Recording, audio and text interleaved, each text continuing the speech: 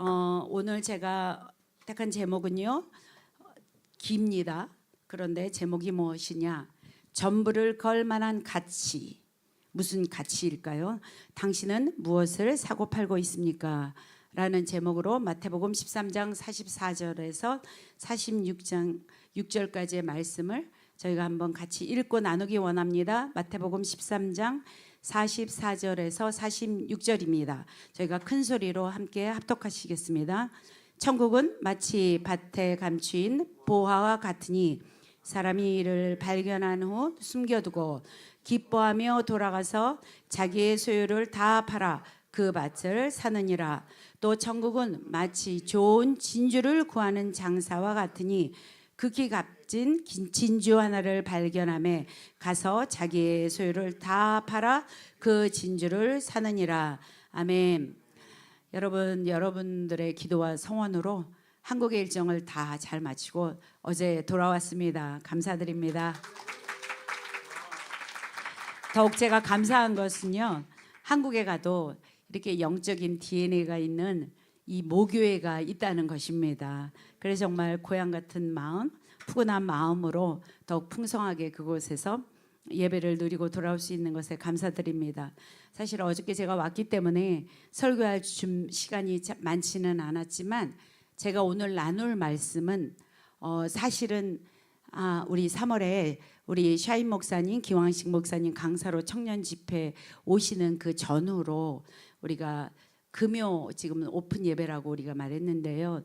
그 금요 예배 가운데 제가 감동을 받았던 그 부분들이 있어서 오늘 여러분들과 그 감동이 뉴저지 더크로스 처치를 향한 저희 전체의 하나님의 음성이라고 믿어서 함께 나누기를 원합니다.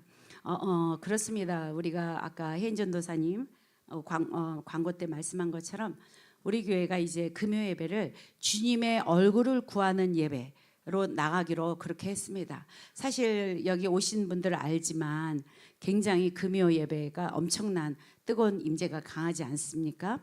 그래서 현장은 사실 영적 압이 더욱더 있습니다. 보는 것과는 달리 정말 하늘이 열리는 정말 그러한 체험들을 여러분들이 많이 하시는데요.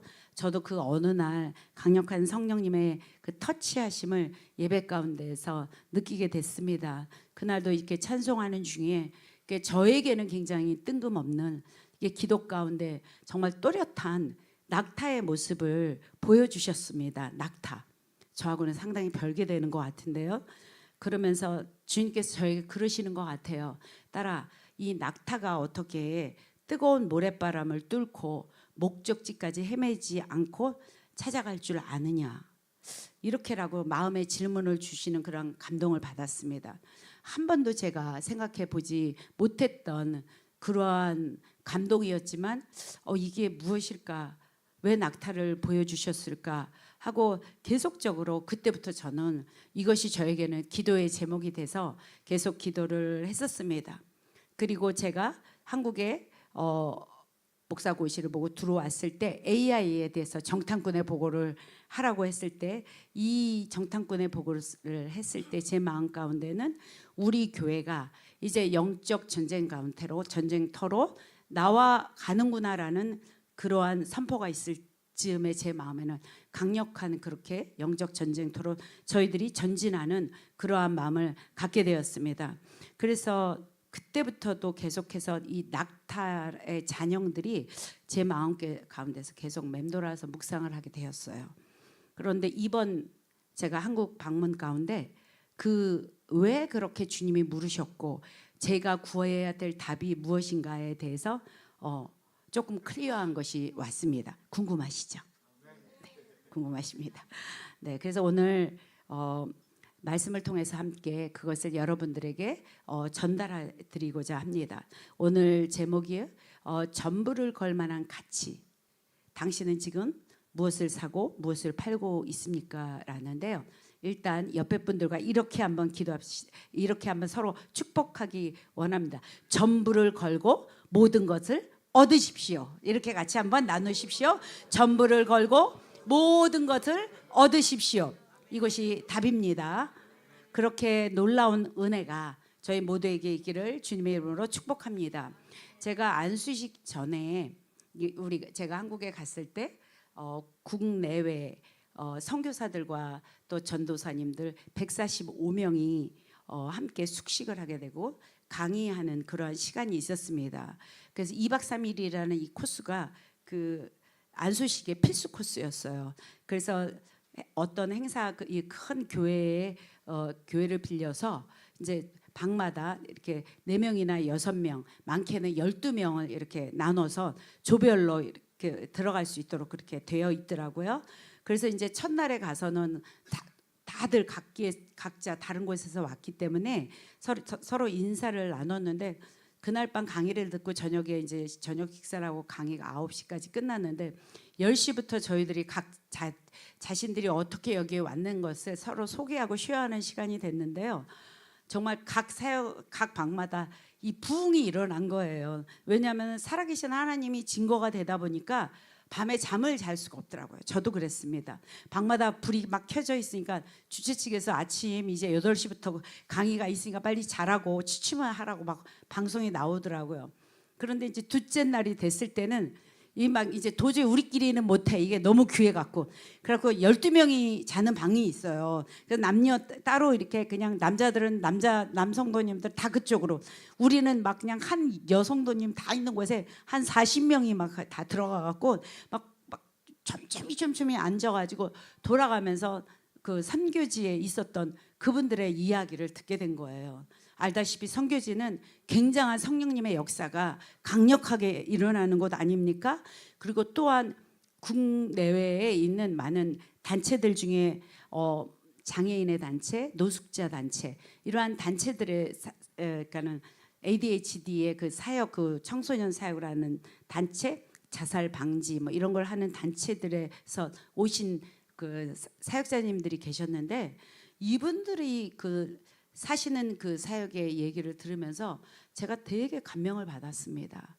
그리고 도대체 저렇게 고생을 하면서 저렇게 헌신하는 모습을 보니까 제 마음에 참 우리 주님은 너무 든든하시겠다, 참 좋으시겠다라는 막 감동이 드는 거예요. 안수식이 이제 끝나고 단체 카톡방에 지금 저희들이 묶여 있는데 이들이 각 사역지로 돌아가면서 메시지를 이렇게 중보기도와 더불어 사역 비전을 올리시는데 해외로 제일 많이 떠나는 곳이 이슬람과 아프리카 지역이었습니다. 이 말라위로 떠나는 그 선교사님은 그곳에서 이제 노숙자의 사역을 하는데 그 영상을 저희들에게 그 전에 보여주셨거든요. 그리고 에티오피아로 또 젊은 이제 막 결혼한 부부들이 이제 마치고 그 다음날 이들이 또 이슬람의 국가로 떠나고 제가 가장 옆방에 그 친구처럼 지냈던 그 사역자는 그 다음날 중국으로 떠납니다. 그런데 이들이 얼마나 두려운지 자신의 이름을 이렇게 점으로 찍거나 물음표로 찍거나 이렇게 해서 올립니다. 왜냐하면 계속해서 이들을 추적하고 카톡에서 계속 이들이 되기 때문에 어느 자신들이 그곳에 국경에 들어가자마자부터는 계속 이렇게 감시하는 그것을 따라 북한 선교를 하시는 분도 그렇고 그래서 절대로 그 지역을 저희들에게 말하지 않았습니다. 그래서 참 제가 이 선교사님들 또 국내외에 여러 있는 이 사역자들이 그 아버지의 눈물을 감당하기 위해서 떠나는 그 메시지, 이들은 설렘도 있었지만 굉장히 두려움도 있는 것을 보게 됐습니다. 그러면서 계속해서 그것을 위해서 함께 기도해 달라고 이들이 말했을 때에 저에게 느꼈던 감동은 마태복음 13장 14절 오늘의 이 말씀입니다. 제가 이 말씀이 생각되면서 굉장히 저에게는 감동이 됐습니다. 여러분들 더 높고 완전한 가치를 붙잡기 위해서 상대적으로 우리는 낮은 가치를 포기하는 것을 가치 이동이라고 합니다. 그렇죠? 그래서 이 가치 이동은 사실 우리의 삶 속에서 빈번하게 일어나게 되는 거예요. 높은 가치를 위해서 우리의 낮은 것들을 포기하는 것. 그래서 우리의 삶에는 타협할 수 없고 절충할 수 없는 만일에 우선 가치가 우리 삶에 딱 세워진다면, 그렇죠? 다른 모든 것들은요 그 질서에 따라 정리가 되게 되어 있습니다. 왜냐하면 이것이 최우선의 가치의 힘이라는 것입니다. 그럴 때 우리의 삶은 어떻게 되느냐? 굉장히 단순해지고 여유가 있어진다라는 거예요. 왜냐하면은 가치가 선명해질수록 우리 가치 기준이 확보될수록 우리는 타인의 속도에 그렇게 조급하지 않습니다. 그렇죠? 예, 세상 풍조에 휩쓸리지 않는다고요.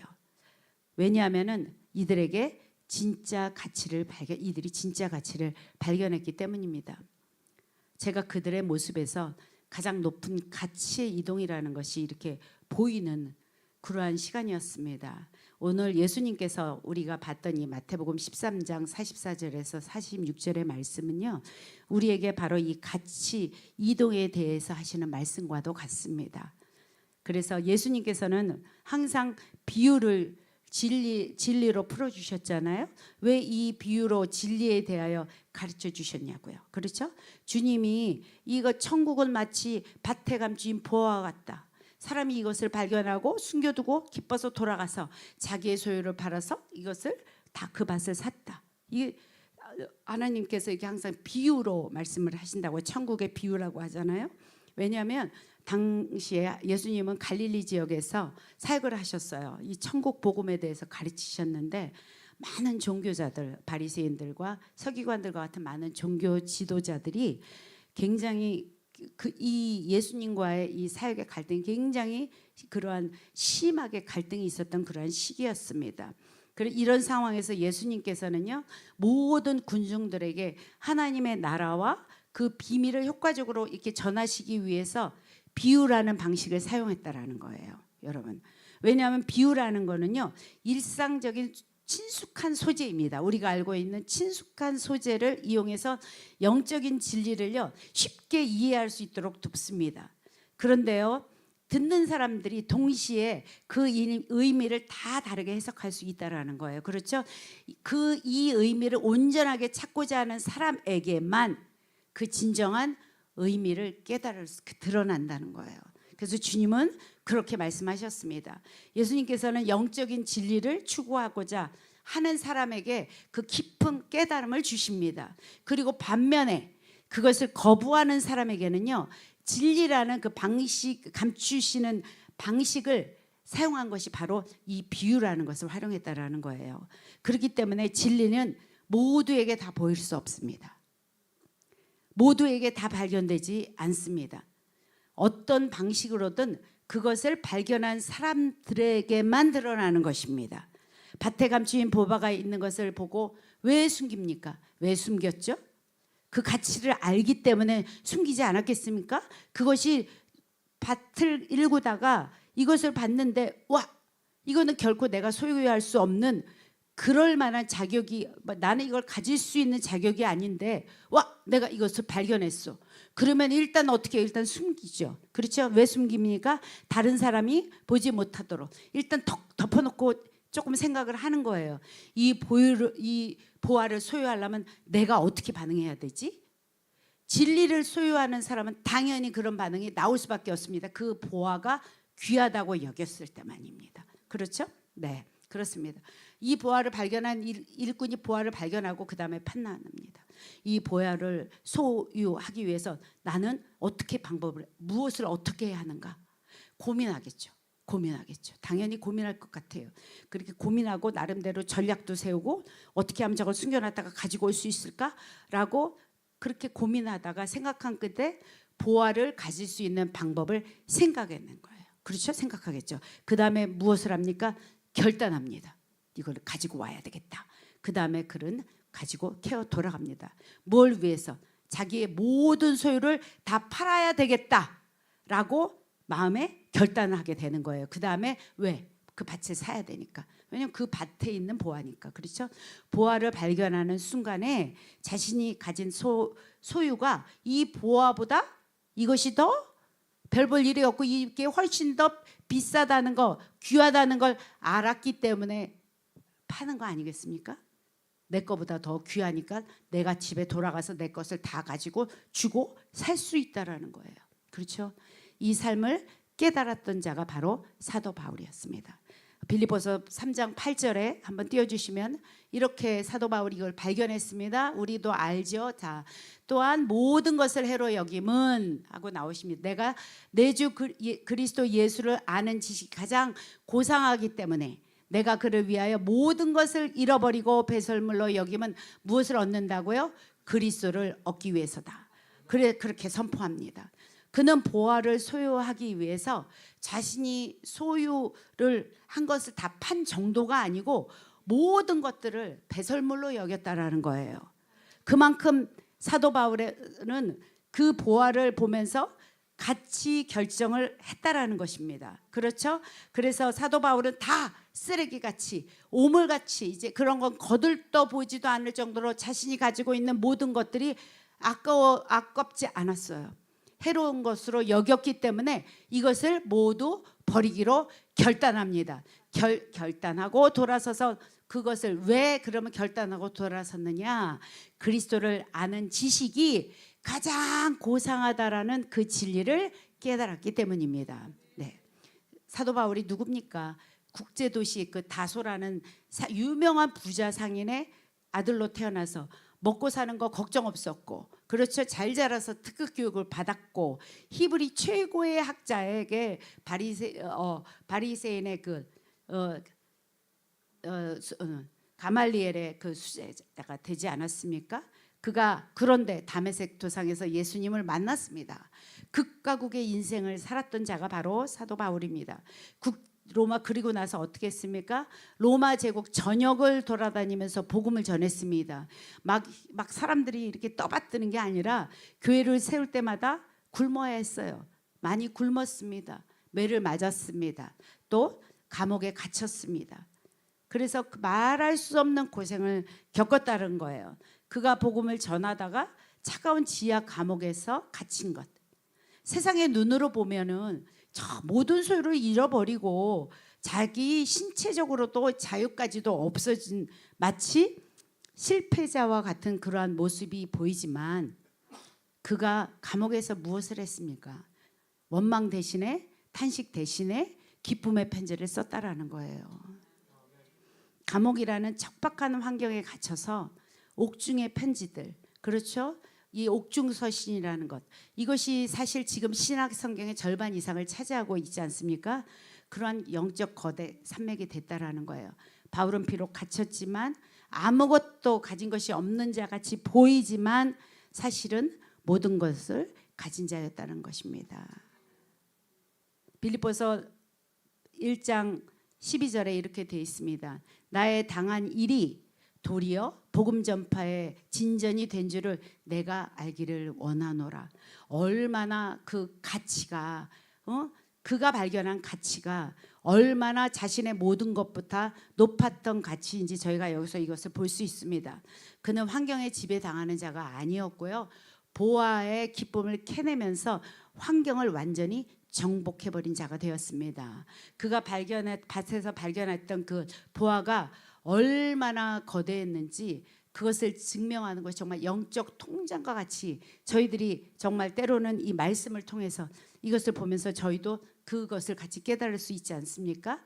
그래서 보화를 가진 자는 갇혀 있어도 자유하고 결핍송에서도 풍요를 노래한다고 말합니다. 그래서 그가 감옥에 갇힌 곳은 보화를 나누는 곳이었지 거기서 그것이 분리되는 곳이 아니라는 것을 우리는 알아야 합니다.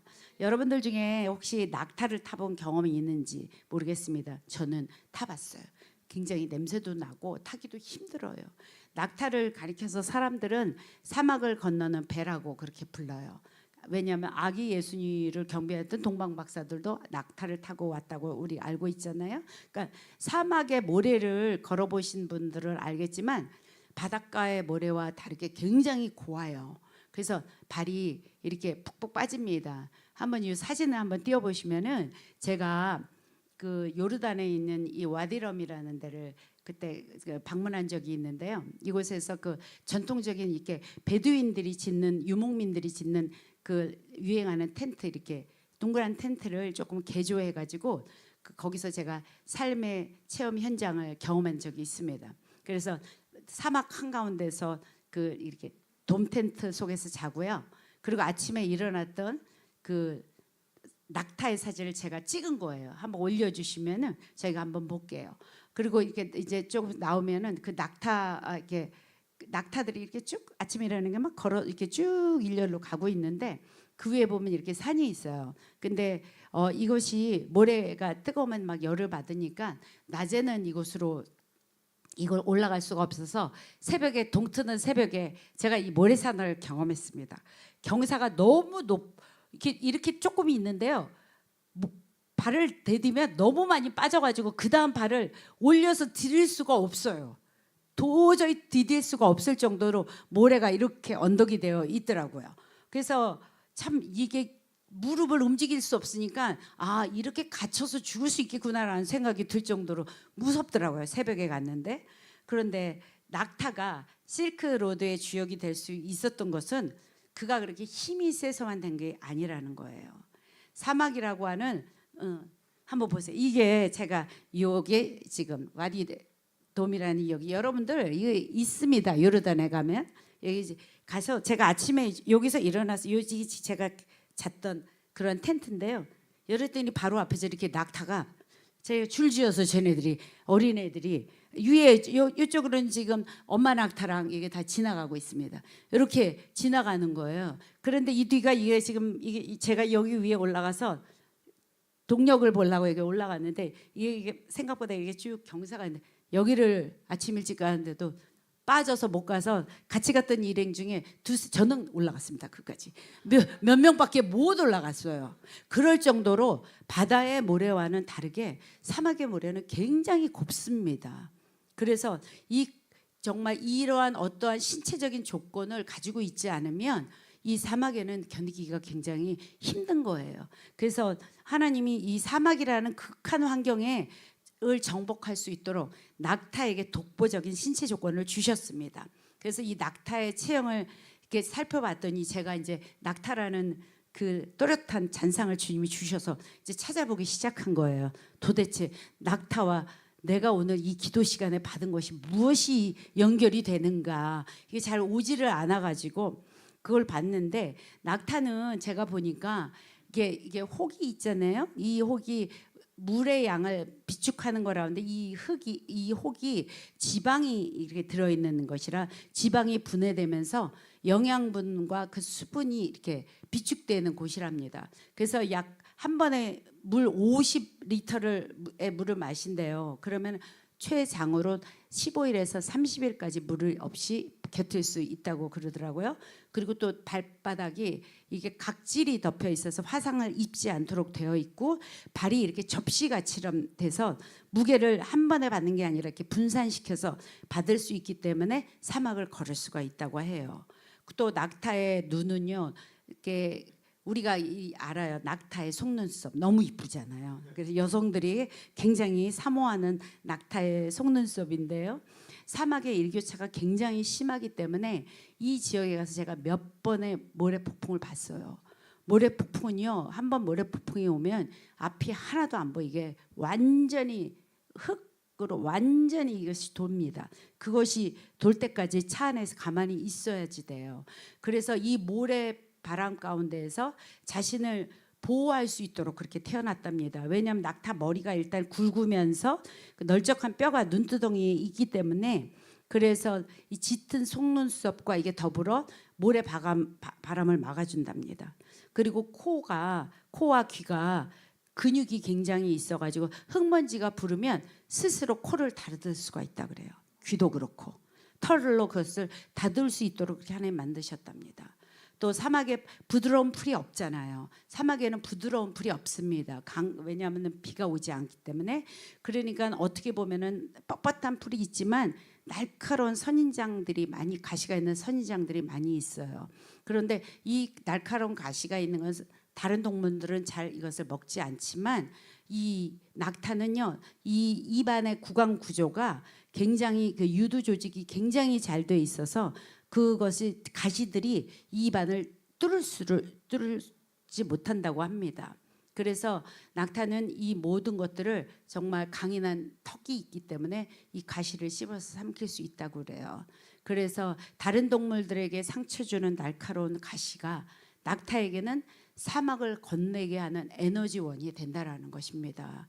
그리고 우리가 알다시피 그 누가 낙타털을 입었습니까? 침례 요한이 낙타털을 입었잖아요. 낙타털을 입고 석청 허리 가죽띠를 맸다. 누가 또 그러한 예표입니까? 엘리야. 구약 시대 엘리야가 털의 옷을 입고 가죽띠를 맸다고 했는데 그 엘리야가 누구입니까? 신약에 와서 예수님의 재림을 예표하는, 그래서 똑같이 그 낙타의 털을 입었다고 합니다. 그래서 추운 겨울에 가죽 덕분에 정말 겨울에는 밤에는 차갑고 또 낮에는 뜨겁고 하는 것을 이렇게 잘 견딜 수 있도록 단열의 능력이 굉장히 잘 되어 있는데요.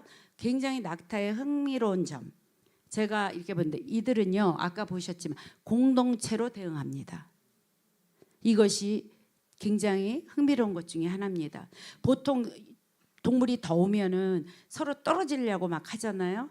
그런데 낙타는 오히려 몸을 이렇게 밀착시킨다고 합니다. 왜냐하면 사막의 온도가 섭씨 50도로 육박할 때는요, 서로의 몸을 비비면서 이렇게 거기에서 더 차가움을 느낄 수 있다 그래요. 외부의 뜨거운 열기가 몸 사이로 들어오지 못하도록 서로들 붙어서 이렇게 차단을 하기 때문에 서로의 체온을 공유하고 하면서 체온이 급격히 상승되는 것을 방지하는 그러한 단열 효과로 이들은 공동체로 모여서 그렇게 서로, 제가 이거 봤어요. 낙타들 보니까 목과 목을요 계속 서로 이렇게 비비더라고요. 그러한 것이 이 공동체로, 혼자 있으면 뜨거운 바람에 또 뜨거운 이 열기에 노출돼서 금방 지치지만 함께 붙어 있으면 무엇입니까? 서로가 서로의 그늘이 되어준다라는 거예요. 그래서 이들이 막 환경을 탓하고 흩어지고 이런 게 아니라 이들은 환경이 어려우면 어려울수록 더 긴밀하게 연합하는 것이 하나님이 낙타에게 주었던 지혜라고 합니다.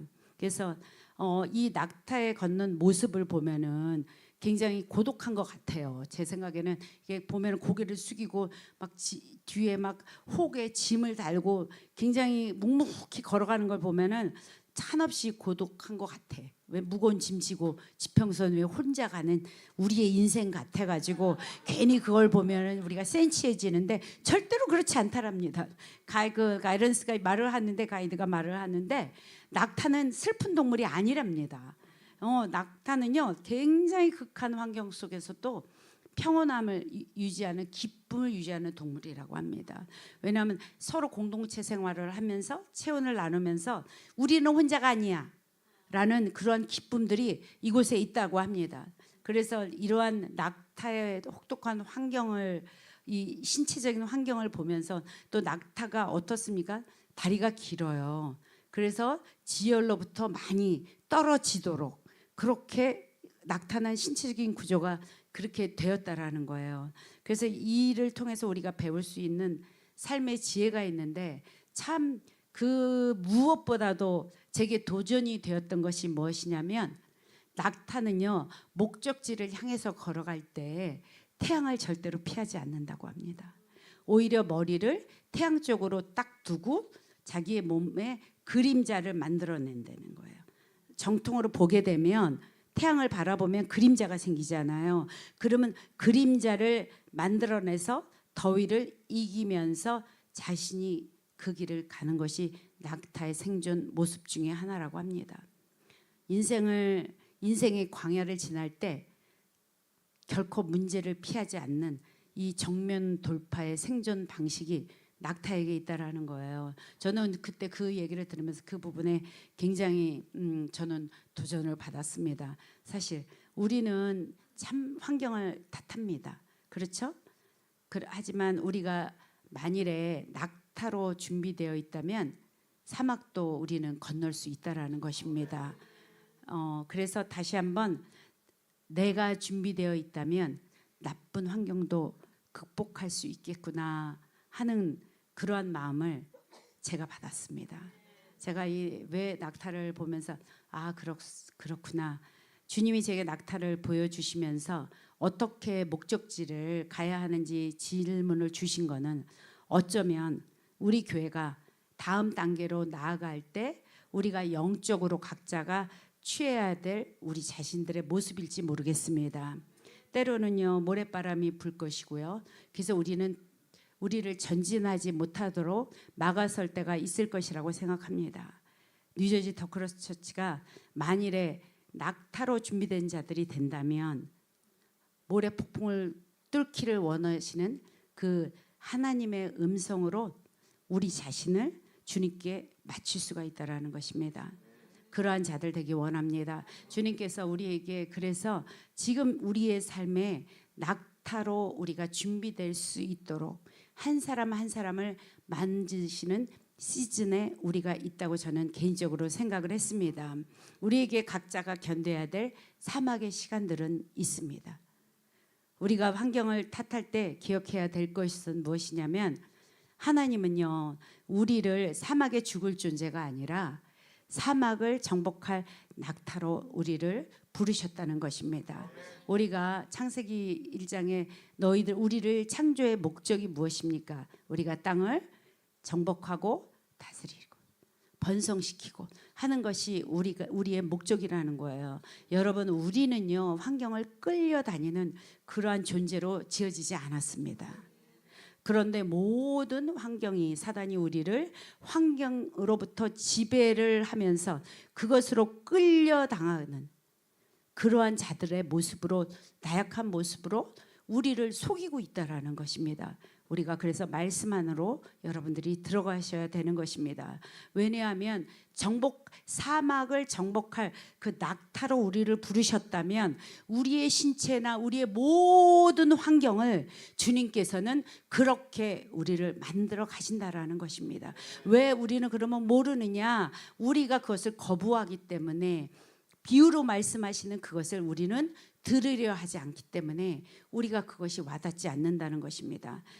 여러분 낙타가 거대한 모래폭풍을 뚫고 나가서 실크로드의 주역이 되었습니다.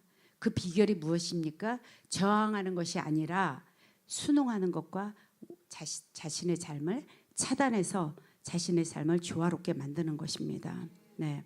사도 바울이 고난 가운데에서도 폭풍 모래 속에서도 신약 성경의 절반을 써내려갔다 가서 이 복음의 길을 닦았던 그것과 이것은 동일한 선상에 있다라는 것입니다. 낙타가 물 한 모금 없는 사막을 횡단할 수 있는 것은 그 이유는 무엇이라고 그랬어요? 제가 혹에 있는 그 에너지원 이것 때문이라고 하는 거예요. 외부에 공급이 끊겨도 내부에 자기의 자원이 태워질 수 있도록 그래야만 전진할 수 있습니다. 여러분 한 사람 한 사람이요 정말 이 내 안에 에너지원을 그래서 외부의 차단이 끊겨져 있을지라도 내가 내 자신을 태워서 갈 수 있는 그러한 자들이 되기를 축원합니다. 바울의 서신의 핵심 주제가 뭡니까? In Christ, 내 안에 거하시는 그리스도입니다. 항상 바울의 서신은 내 안에 거하시는 그리스도라는 단어가 꼭 앞에 나오면서 시작됩니다. 헬라어로는 엔 크리스토스. 바울 서신의 전반에 그리스도 안에서라는 표현이 160회 이상 등장합니다. 이것이 바울 신학의 시작이고 사실 끝입니다. 그리스도 안에서 새롭게 된 자. 이것을 사도 바울은 너무 얘기하는 거예요. 왜냐하면 사도 바울이 감옥이라는 최악의 환경 속에서 신약 성경을 써내려갈 수 있었던 것, 환경을 정복할 수 있었던 것은요. 그때의 비결은 외부에 있지 않았다라는 거예요. 외부와 상관이 없었다라는 거예요. 그 낙타가 등에 지었던 이 에너지원, 혹 같은 것, 사막을 건너듯이요. 바울은요 내면에 이 예수 그리스도라는 보화를 지니고 있었기 때문에 이 고난을 이길 수 있었다라는 것입니다. In Christ, 단순히 예수님을 믿는다는 것을 넘어서는 것이에요. 이 답은요. 나의 존재가 그리스도의 영역 안으로 완전히 영적 주소지를 옮기는 것을 말하는 것입니다, 여러분. 그래서 우리가 무슨 일이 왔을 때 어떤 사람들은 당황해요. 그렇게 믿고 기도하는데 무슨 일만 터지면 그냥 조금 전까지 막 그냥 온 세상을 다 줄 것 같이 기도했던 그 자들이 막 쫓아다니면서 사람을 쫓아다닙니다. 그렇죠? 막 누가 막 사람을 쫓아다니고 사람에게 시선을 옮겨요. 왜 그럴까요? 내 안에 영적 주소지가 아직은 그리스도에게 인 크라이스트로 옮겨지지 않았기 때문에 그렇다는 거예요. 이제 그렇게 우리들은 우리 자신에게 영적 분별력을 발휘해서 사용하셔야 합니다. 물고기가 물 안에서 생명을 누리잖아요. 우리는요, 거대한 그리스도라는 보화 속에서 진정한 생명을 여기서밖에 누릴 곳이 없습니다. 이것은요, 살아보면 살아볼수록 우리가 어떠한 그때그때 상황과 위기를 모면할 수는 있지만 그것이 영원히 우리에게 주어지지는 않는다라는 거예요. 우리가 환경을 정복할 수 있는 비결이 무엇입니까? 사도 바울처럼 감옥에 갇혀 있을 때 기뻐하라고 하는 그 근원이 무엇이냐고요. 그의 몸이 감옥에 있을지라도 그의 영적 주소지가 어디다? In Christ. 그리스도의 아니었기 때문입니다. 이것을 절대로 놓치지 않는 저희 교회 되기를 축원합니다. 그럴 때 무엇이 나옵니까? 빌립보서 4장 13절에 내게 능력 주시는 자 안에서 내가 모든 것을 할 수 있느니라. 이 답은 여기서만 나올 수 있는 것입니다. 인 크라이스트의 삶으로 내가 영적 주소지를 옮겼을 때에 그 사막을 건너는 그 낙타처럼 영원한 에너지가 우리 가운데서 나올 수 있다는 것입니다. 인 크라이스트는 예수님과 내가 하나로 묶였다는 거예요. 운명 공동체라는 것입니다. 예, 낙타와 실크로드 상인이 한 팀이 돼서 사막을 건너면서 그들이 그 도로를, 그 문명을 뚫어냈습니다. 주님과 우리가 운명을 같이 한다면 주님의 죽음이 나의 죽음이 되고 주님의 부활이 우리의 승리가 된다면 우리의 삶엔 무엇으로 끝납니까? 승리로 끝나게 되어 있는 것이에요. 밭의 주인이 되면 그 안에 보화가 내 것인 것처럼, 그렇죠? 우리가 그리스도 안에 거하면 그분의 의로움, 그분의 거룩함, 그분의 지혜가 우리의 것이 되기 때문에 그분의 지혜로 우리가 세상을 이겨나갈 수 있는 것입니다. 바울이 이 단어를 사용하여 우리의 각성을 촉구합니다. 누구든지 그리스도 안에 있으면 너희는 무엇이라고 그랬죠? 새로운 피조물이라. 이전 것은 지나갔으니 보라 새 것이 되었도다. 사도 바울이 이것을 본인이 느꼈던 거예요. 본인이 경험했던 거예요. 그러면 낙타가요, 사막을 건너기 위해서는요, 옛짐을 다 내려놓고 인 크라이스트, 다 옛짐을 내려놓고 이렇게 걸어가는 것처럼 가볍게 걸어간다면 우리는 인 크라이스트, 우리 자신의 과거의 상처, 또 죄책감, 환경에 대한 원망, 이런 것들을 반드시 내려놓아야 합니다. 어떤 자들은요, 제가 보면 이것이 무기예요. 부부가 싸움할 때라도 내가 과거의 내가 상처가 있어서 그런 거잖아. 여러분 자랑이 아닙니다. 여러분 자랑이 아니에요. 그 죄책감과 내가 그런 환경에서 나는 이렇게 살 수밖에 없었어. 이것은 예수 그리스도라는 그 보화를 발견하기 전의 이야기인 거예요. 그렇죠?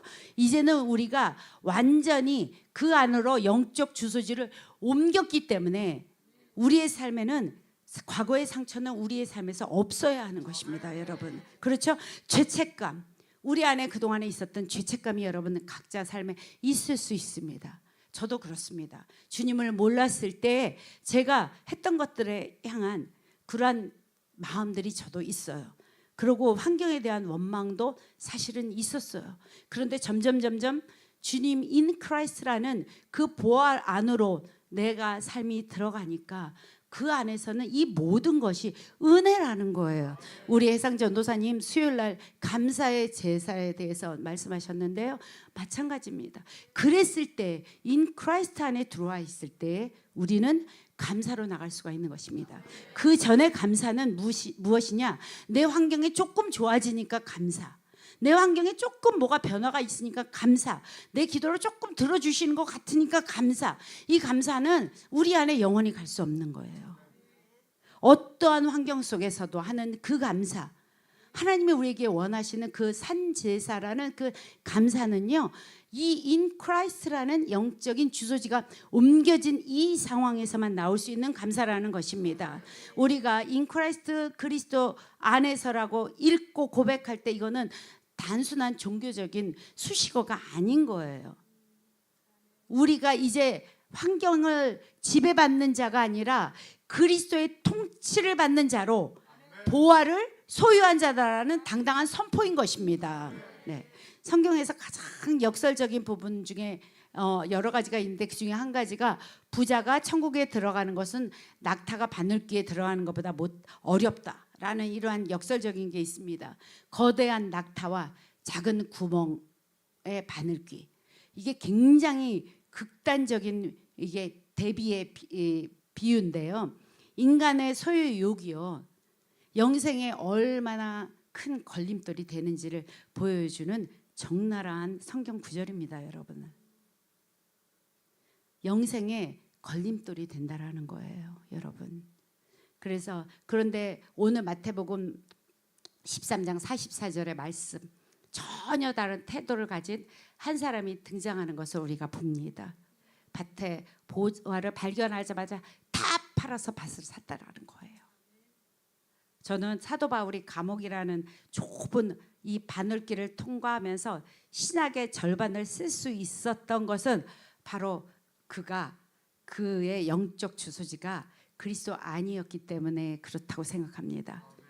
하나님께서 우리에게 낙타를 보여주시고 우리에게 이제 가야 할 영적 전쟁터로 가야 할 우리 모두에게 권면하시고 말씀하시기를 원하시는 것은 그 그리스도 안으로 영적 주소지를 옮겨라 하시는 것이었습니다. 네.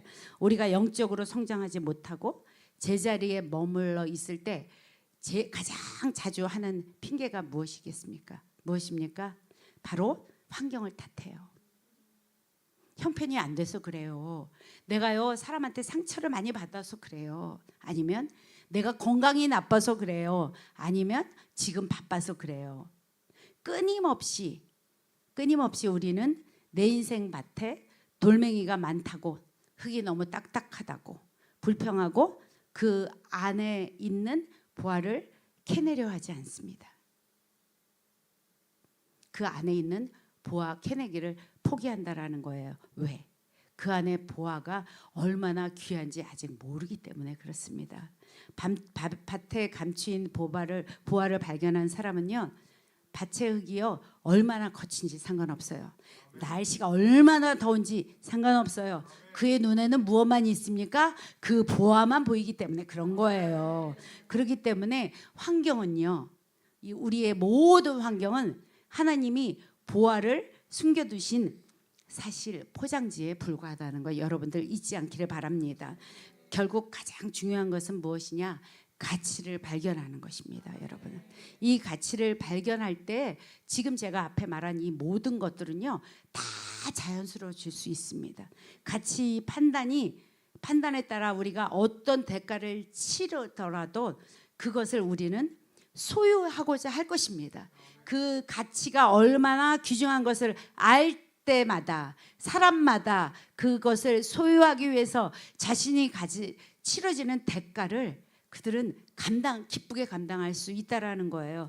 어떠한 값을 치르더라도 기필코 내가 자기 것으로 만들겠다라고 하는 것이 무엇입니까? 인간의 본능이에요. 저희 손주들을 보니까 그래요. 그냥 싸우고 쫓고 있으면 나한테 혼날 거 알지만 저게 너무 좋아서 저것을 갖기 위해서는 여기 가치가 지금 있기 때문에 모든 거 혼나는 건 다 뒤로 하고 저것을 택해요.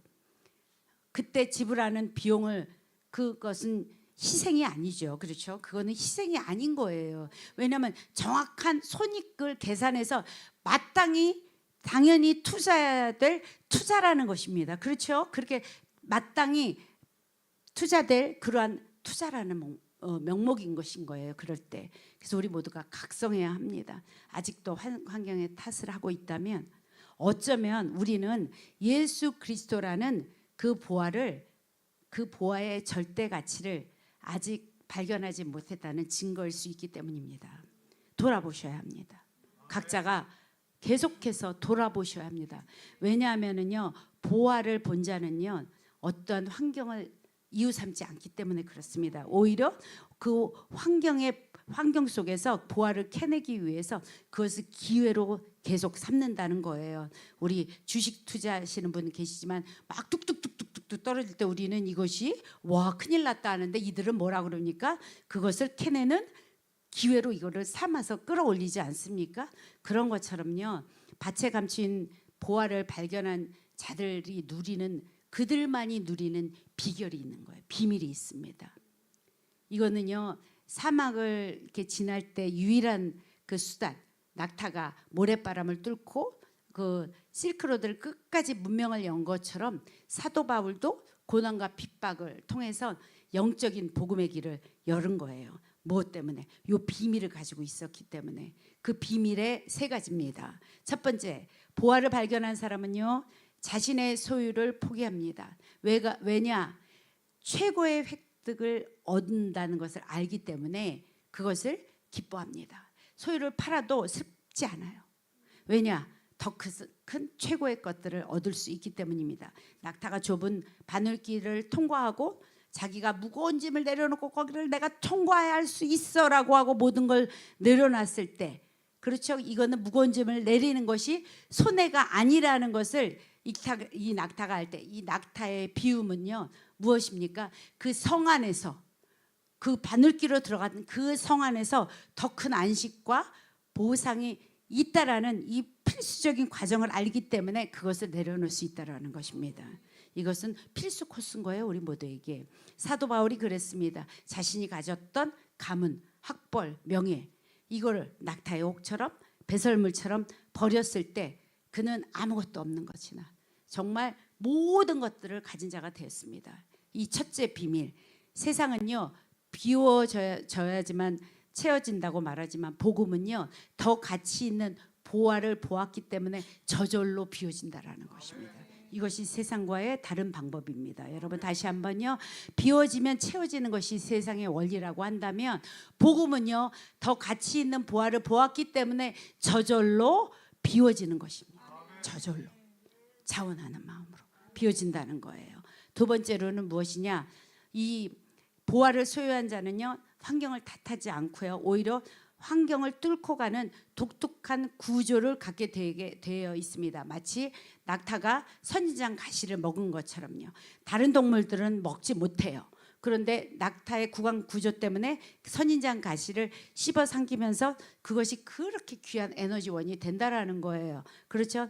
감옥에서 사도 바울이 편지를 썼을 때 이 환경의 가시에 그가 찔려 죽지 않습니다. 그 고난을요, 신약 성경을 다 쓸 정도로 그렇게 영적인 양식으로 바꿔버렸다고 했잖아요. 두 번째 비밀이 무엇이냐?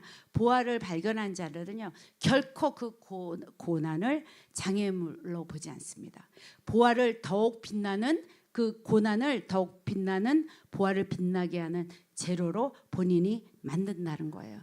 고난 가운데서 우리가 주님을 더욱더 깊이 경험할 수 있고요, 구주님을 만나갈 수 있다는 것입니다. 그래서 결코 고난 앞에 두려워하지 않습니다. 그 고난의 끝은 우리를 선인장을 가시로, 그 가시를 먹을 수 있는 그러한 튼튼한 구강 구조를 우리에게 주시는 것을 알기에, 그것이 무엇이 되느냐? 생명의 에너지가 되기 때문에 이들은 그렇다는 거예요. 마지막으로 그 보화를 가진 자들은 겉으로 보기에는 굉장히 고독해 보이지만 내면의 풍성함이 될 수 있었던 것은 공동체라고 했습니다. 그래서 사막의 폭염 속에서 서로의 몸을 비비면서 보화를 발견한 자들은요, 그리스도 안에 있는 그 내주하시는 성령님과 긴밀하게 연결이 되어 있습니다. 그래서 이 세 번째 비밀은 내 보화가 내 밖의 환경에 의해서 바뀌어지는 것이 아니라 환경을 이겨내는 내 안에 내 안에 그 그리스도 때문에 내가 만들어진다는 것을 알기 때문에 보화를 가진 자들이 걷는 길은요, 결코 고독한 그러한 사막의 길이 아니라는 것입니다. 여러분들이 걷는 그 길이 주님과 같이 가는 길이라면 그것은 생명의 실크로드인 것을 선포합니다. 사막을 지나는 이 길, 사도 바울이 이것을 알았기 때문에 복음의 길을 닦았습니다. 우리가 복음 안에서 영원한 생명, 영생을 발견하고요. 복음의 진리를 통해서 예수 그리스도를 우리가 알을 때, 예수님을 알게 될 때 우리는 진정한 사랑을 경험하게 된다는 것입니다. 우리가 진정한 사랑을 경험하게 된다면 그 다음에 우리도 주님을 위해서 해야 할 그 다음에 행동들이 있다라는 것입니다. 이것은 따라가게 되는 것이에요. 주님을 따르기 위해서요, 그 부르심을 쫓기 위해서요, 진리를 소유하기 위해서 우리의 인생 가운데 우리의 인생의 그물들, 내가 먹고 살고자 쳤던 그 그물들, 그냥 무엇을 먹고 마실까 우리가 그것을 염려하는 그 인생의 그물들을 버리고 영생을 소유하기 위해서 유한한 우리의 삶을, 유한한 삶 속으로 우리가 몸을 던진다는 거예요. 사도 바울이, 베드로의 예수님이 제자들을 찾으셨을 때 인생의 그물을 던졌던 그들은 유한한 삶 속 안에 자신의 삶을 던진 것입니다. 여러분, 발견이 먼저인 거예요. 우리가 가치를 발견하는 것이 먼저인 것입니다. 우리가 가치를 발견해 됐을 때 이 예배 가운데 마음을 둘 수 있고요. 예배의 중심이 주님이 될 수 있고요. 예배를 위해서 우리가 시간과 물질을 투자할 수 있고요. 또 하나님의 나라를 위해서 우리가 기꺼이 우리의 모든 것들을 드릴 수 있고요. 예배 이 시간들을 구별하기 위해서 우리가 노력하고 정성을 쏟는 것, 주님을 만나는 것, 예배의 가치가 있는 삶을 발견하는 것은요, 먼저 이 발견이 된 자에게만 실행할 수 있는 것입니다. 그렇지 않다면 나머지 모든 것은 종교가 되는 것입니다. 예수님이 그것을 그렇게 싫어하신 거예요. 너무나 많은 크리스찬들이요, 이 진리에 대해 대가를 치르려 하지 않습니다. 영생을 소유하면서 유한한 삶을 우리가 받으면서도 어떠한 손실도 우리가 원하지 않아요.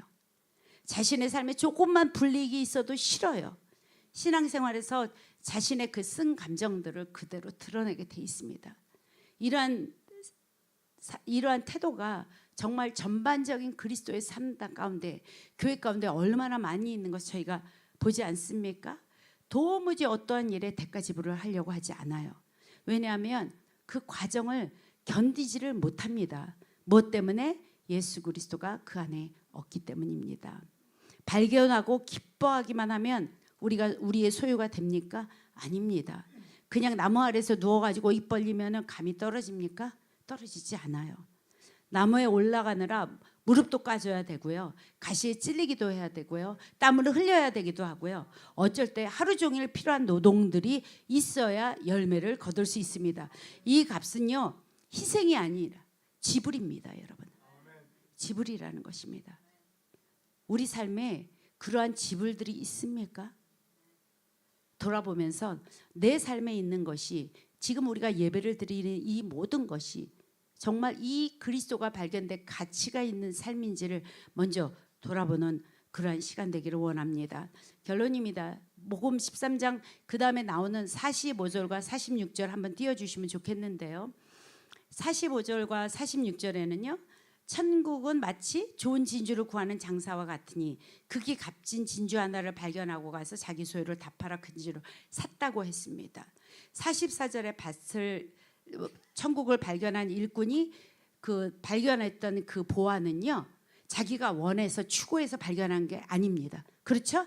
가서 우연히 발견하게 된 거예요. 읍스, 발견했네. 내가 이것을 어떻게 해야지? 그래서 결단하고 돌아와서 만들었던 그 발견이라면, 지금 45장에 나오는 이 발견은 다릅니다. 진주를 구하는 상인이 진주를 발견하는 과정이 우연한 결과가 아니라요, 명확한 차이가 있습니다. 이것은요, 발견을 추구한 다음에 이것을 이 위에서 길을 나섰던 자라는 거예요. 먼 곳까지 가서 이제 귀한 것을 발견하는 무역상을 말하는 거예요. 더 나은, 왜 그렇게 갑니까? 더 나은 진주를 갖기 위해서 이들은 노력하고 배를 타고 떠난다는 것입니다. 우연히 발견한 것이 아닌 거예요. 그렇죠? 진주 장사에게는 많은 진주가 있어야 진주 장사 아닙니까? 장사가 하나만 갖고 떨랑 하나만 갖고 하는 게 아니니까. 그러니까 그럼에도 이렇게 많은 진주가 있는데 왜 진주 장사들은 그 멀리 좋다는 진주가 있으면 찾아갑니까? 그 진주보다 훨씬 값진 것이 있는 것을 알기 때문에 기대하고 그것을 살아가는 거잖아요. 그런 거잖아요. 그렇잖아요. 대체 불가능한 거, 유일무이하게 세상에 하나밖에 없는 진주를 내가 갖고 있다면 무엇을 더 들여서 내가 그것을 또 사러 또 쫓아다니겠습니까? 이것이 최고인데. 그렇죠? 자신의 가진 것을 전부 다 팔았던 그 값진 진주, 그것을 샀습니다. 여러분, 그것을 사면 더 이상 이제 무역을 못해요. 그렇죠? 이것보다 더 좋은 곳은 없으니까. 어디를 가봐도 이보다 더 귀한 진주를 만날 수 없기 때문에 그 사실을 알기 때문에 그렇게 하지 않는다는 거예요. 예수님은요, 하나님의 나라의 그 비밀을 천국이 바로 이런 것이라고 비유한 거예요. 여러분, 이것을 알면 더 이상 돌아갈 수 없다라는 거예요. 이것을 알면 더 이상 할 수 없다라는 거, 이것이 복음입니다. 예수님을 만난 우리가 더 이상의 절대 가치는 우리에게 없다라는 이 고백, 이것이 최상의 가치라는 이 고백. 그래서 우리는 그리스도 이상, 우리가 더 이상 만날 것이 없는 것을 알기 때문에 이것을 알았던 사도 바울은 모든 것을 이제 배설물로 여긴다는 것입니다. 천국은 마치 보화를 밭에 감춘 보화와 같다고 한 건데, 여러분, 그러면 오늘의 본문처럼 지금 여러분은 무엇을 살고 무엇을 팔고 계십니까? 천국이 단순하게 죽어서 가는 곳이 아니라 오늘 내가 소유를 한 것을 다 팔아 그 가치를 사는 것이 만일에 현재의 선택이라고 한다면 여러분 무엇을 팔고 무엇을 사시겠습니까? 우리는요, 밭에 감춘 보화를 발견한 사람과 이 보화를 소유하기 위해서 인생의 모든 사막을 그것을 개의치 않고 건넜던 사도 바울, 이것에 대해서 오늘 나눴는데요. 제가 2박 3일 동안의 그 연습 가운데 이들을 봤습니다. 자신의 삶을 내놓고 순종하는 이들을 보면서, 와, 천국에 감추어진 그 보화를 발견한 자들이기 때문에 이들이 가지고 있는 이 더 이상 추구할 수 없는 이들의 심플함, 이들의 가지치기 된 정결한 모습들, 그들의 열악한 환경, 하지 않아도 될 그 땅, 그 땅의 그 일을 오늘도 마음 졸이면서 떠나는 이들의 삶 가운데 세상으로는 절대 이해할 수 없어요. 그러나 그 안에 사도 바울이 기뻐했던 그 역설적인 기쁨, 환경을 압도해버리는 생명력이 이들 안에서 있다라는 것입니다. 여러분, 우리들의 삶에, 여러분들의 삶에 이렇게 환경을 압도하는 생명력이 흘러나가는 여러분들의 삶 되기를 원합니다. 그런 교회 되기를 원합니다. 여러분 인생의 변화는요, 정말 한 번의 예배로도 충분합니다. 인생을 걸만한 단 한 번의 그 예배 가운데 우리가 그 비밀스러운 그리스도를 만난다면 우리는 그 예배 가운데 그 충분함으로 어느 곳에서나 우리 삶에서는 계속적으로 그 주님이 흘러나갈 수밖에 없는 것입니다. In Christ, 내 안에 그리스도가 계시기 때문에 오늘 우리 교회가 주님 앞에서 다 한 사람 한 사람 쓰임 받을 때 우리가 인생의 그 밭에 감춰진 보화를 발견했던 그 인생들처럼 어떤 것도 비교할 수 없어요, 주님. 그렇기 때문에 나는 이 자리에서 그 주님 찬양하는 것이 나의 가치의 최고의 가치를 주님께 들려드린다는 이러한 찬양과 기도로 우리가 나갔으면 좋겠습니다.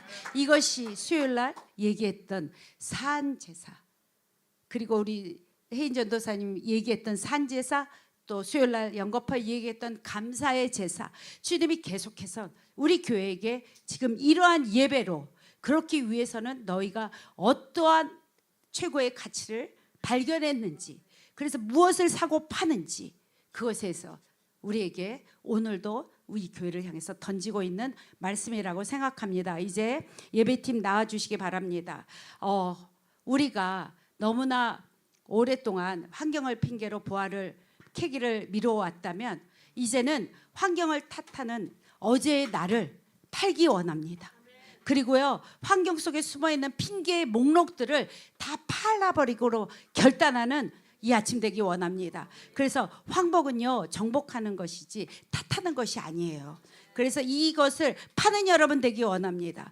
또한 마늘귀 앞에서 머뭇거리고 있는 낙타라고 같다면 우리의 소유 중에 무엇이 있습니까? 배설물로, 바울이 배설물로 여겼던 세상의 자랑, 고집들, 이래서 이런 것들이 우리의 삶을 누르고 있다면 이것을 파는 이 시간 되기 원합니다. 그래서 좁은 문을 통과함으로 그 성 안에 있는 그 많은 안정된 그 많은 것들을 누리시는 여러분 되기 원합니다. 내가 작아질 때 내 안에 거하시는 우리 그리스도 인 크라이스트는 비로소 커지기 시작한다라는 것입니다. 그러므로 우리는 이 기쁨으로 사는, 그래서 어떠한 환경 속에서도 이 기쁨이 지지 않는 저희들 되기 원합니다.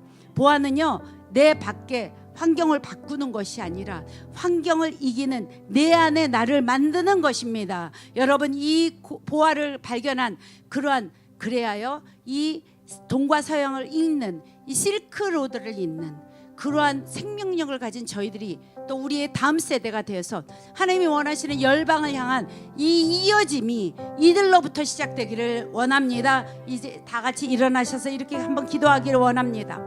어떠한 상황 속에도 흔들리지 않는 예수님의 생명이 우리 안에 있기를 원합니다. 하나님, 이 시간 우리 손에 보잘것없이 쥐어진 것이 있었는데 아버지, 우리가 이것을 놓지 못했다면, 하나님, 그래서 밭에 묻힌 보화를 외면했다면, 성령님, 이 시간 사도 바울처럼 환경의 가시를 기도로 씹어 삼키며 전진하게 하여 주십시오. 우리의 소유를 다 팔아서 내 안에 계신 하나님 예수 그리스도를 선택할 때 척박한 아버지 하나님, 이 사막과 같은 나의 환경은 이제는 하나님, 그 환경은 주님과 함께하는 천국이 될 것입니다. 그래서 이 시간 우리가 기도할 때, 주여, 그렇습니다, 이제 우리는 더 이상 환경을 탓하지 않는 입술 되게 하여 주십시오. 환경을 탓하는 입술을 닫게 하시고 환경을 정복하는 믿음을 주게 해달라고 주여 한번 부르시고 기도하시겠습니다. 주여, 하나님 아버지, 우리가 폭풍과 가시와 같던 고난만 있었던 아버지 우리의 환경을 탓했던 자들이었다면 이 시간 아버지 회개합니다.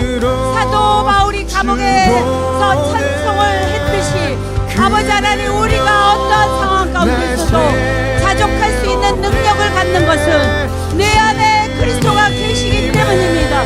하나님의 섭리를 신뢰하며 아버지 하나님을 믿음으로 더 가까이 갈 수 있는 우리가 될 수 있도록 뉴저지 터프로처치에 한 사람 한 사람 되게 하여 주옵소서. 주님, 그리하여 우리가 더 이상 아버지 하나님 척박한 우리의 환경을 아버지 하나님 뒤로하지 않고 믿음으로 전진하겠습니다. 아버지, 세상이 흔들릴지라도 우리가 주님 믿음으로 전진하겠습니다. 내 안에 그리스도를 발견했기에 이것을 최고의 가치로 두며 우리의 삶을 온전히 주님 앞에 내놓으며 그 주님과 더불어 아버지 하나님 우리의 삶을 달려가겠습니다. 덕크로처치의 아버지 하나님, 한 사람 한 사람의 부흥을 아버지 주님 안에서 이루어내게 하여 주옵소서.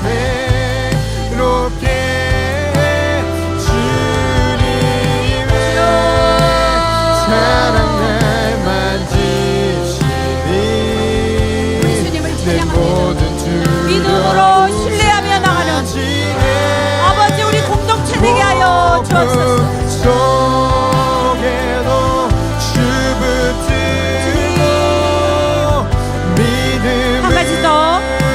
한 가지 더 우리가 더 기도하며 나가기 원합니다. 이 시간 우리 정인자매를 비롯해서 육체의 질병 가운데 있는 자들이 있습니까? 또 영혼의 질병 가운데 고통받는 자들이 있습니까? 우리 환우들을 위해서 기도하기 원하는데요, 지금 육신의 질병, 영혼의 질병 가운데 거친 모래 폭풍 앞에 있는 우리 성도들, 주님, 이들을 여호와의 라파, 치유의 하나님을 이들에게 선포합니다. 고통으로 날카로운 선인장 가시가 우리의 몸을 찌른다 할지라도 하나님, 이들이 환경 가운데 주저앉지 않게 하여 주십시오. 그 환경을 씹어 아버지 안에 거기서 일어나는 그것이 생명의 근원 될 수 있는 이들 되게 하여 주십시오. 사도 바울이 감옥에서 인크라이스트 하며 주님의 거함을 승리로 선포했듯이 이 병마가 이들의 감옥이 되지 않게 하시고 주님을 만나는 지성소가 되게 하여 주옵소서. 이렇게 우리가 이들에게 아버지 하나님 주님의 라파를 선포하며 이들의 치유의 하나님을 선포하며 함께 기도하시겠습니다. 주여. 아버지, 우리 안에 거하시는 생명의 되신 주님, 이 시간 적인 자매를 향하여 또 아무로 아버지 고통 가운데 있는 우리 환우들을 위하여 이 시간 영과 육이 아버지 안에 고통 가운데 있는 성도를 위하여 우리가 여호와 라파를 선포합니다. 여호와 라파를 선포합니다. 하나님, 암세포가 마르게 하시고 오장육부의 세포마다 예수 그리스도로 보혈로 덮어주시옵소서. 하나님, 그리하여 끊어진 모든 것들, 통증들이 나사렛 예수 그리스도의 이름으로 떠나갈 것을 선포합니다.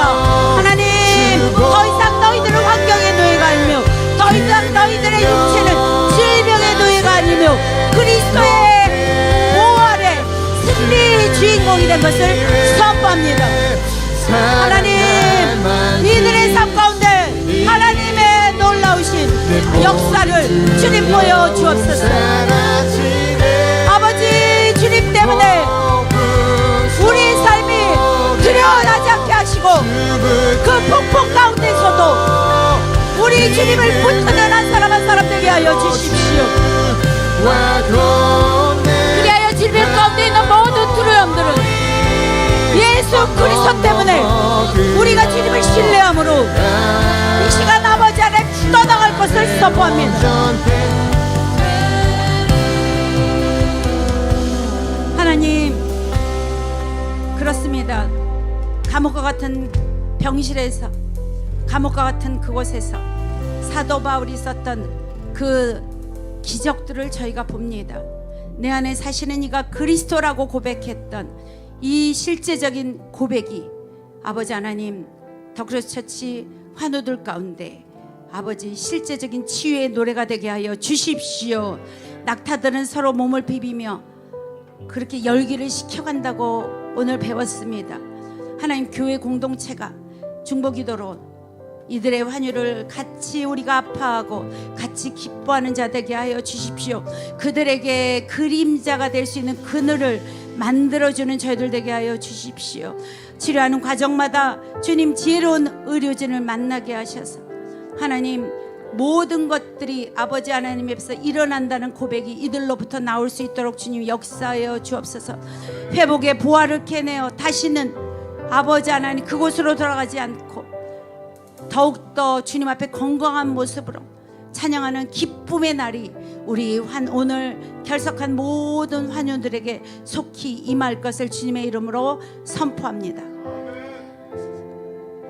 이제는 우리 주 예수 그리스도의 무한하신 은혜와 우리 하나님 아버지의 극진하신 사랑하심과 성령님의 위로, 고통, 또 내주 충만케 하시는 역사가 이제 더 이상 환경을 탓하던 우리의 옛자를 십자가에 모두 못 박혀버리고 내 안에 계시는 가장 귀한 보배, 그 보화 인 크라이스트를, 그 비밀을 품고 감옥 같은 환경 속에서도 찬송을 쓰며 사막 같은 그러한 곳에서도 사명을 감당하기 위하여 결단하는 아버지 주의 자녀 한 사람 한 사람에게, 또 이 시간 병상 가운데 있는 우리 사랑하는 우리 환우들을 그들과 함께, 그리고 고통받는 이 땅의 교회들 위해, 또 이를 위하여 이것을 감당하는 선교사님들 위해 이제로부터 영원토록 함께 하시기를 간절히 축원합니다. 아멘.